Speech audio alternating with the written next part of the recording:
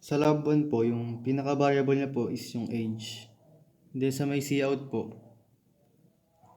parang ano po, inutusan po ng system yung user na ilagay po yung age niya para malaman kung saan po belong yung user. Example po sa invalid age, child, teenager, adult, or senior citizen. Yung invalid age po, sila po yung, ano po, yung mga newborn.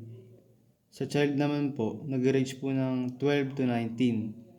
Teenager po, 19 to 64. Sa may senior citizen naman po, 65 and above. Try po natin kung paano po nag-work yung system. Example po, ako po, 19 po. Belong po ako sa teenager. Try naman po natin yung iba. Sample po sa, ano po, 65 years old po. Doon na po siya bibilong sa, ano po, senior citizen. Ganoon po nag-work yung system sa lab ng lab 1 po.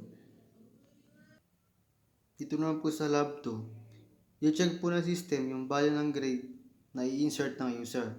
So ito po ba ay A, B, C, or D? Yung A po is nag-range po ng 90 to 100. Sa B naman po, 80 to 89.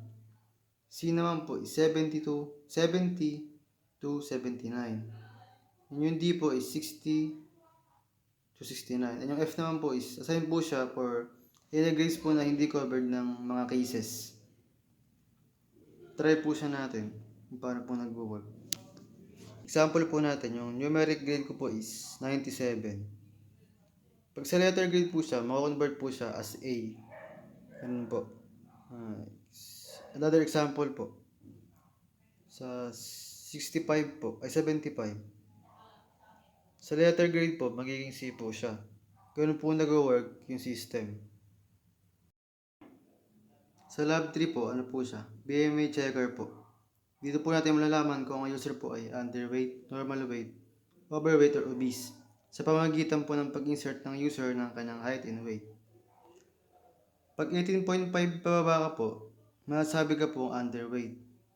Pag naman po 18.5 to 24.9, normal weight po. Pag naman po 25 po to 29.9, ikaw po ay overweight. Pag naman po 30 to 34.9, ikaw na po ay obese. And 40 pataas po, obese pa rin po. Try po natin. Example ko po yung height ko po tsaka weight. Timbang ko po is 45. And then 1.6 po. So ano po ako, belong po ako sa mga underweight. Try naman po natin sa iba po. 55 naman po yung ano. So 1.7 po. Yun po, normal weight po. Ganun po nag-work yung system po ng BMI checker. Yun lang po, thank you.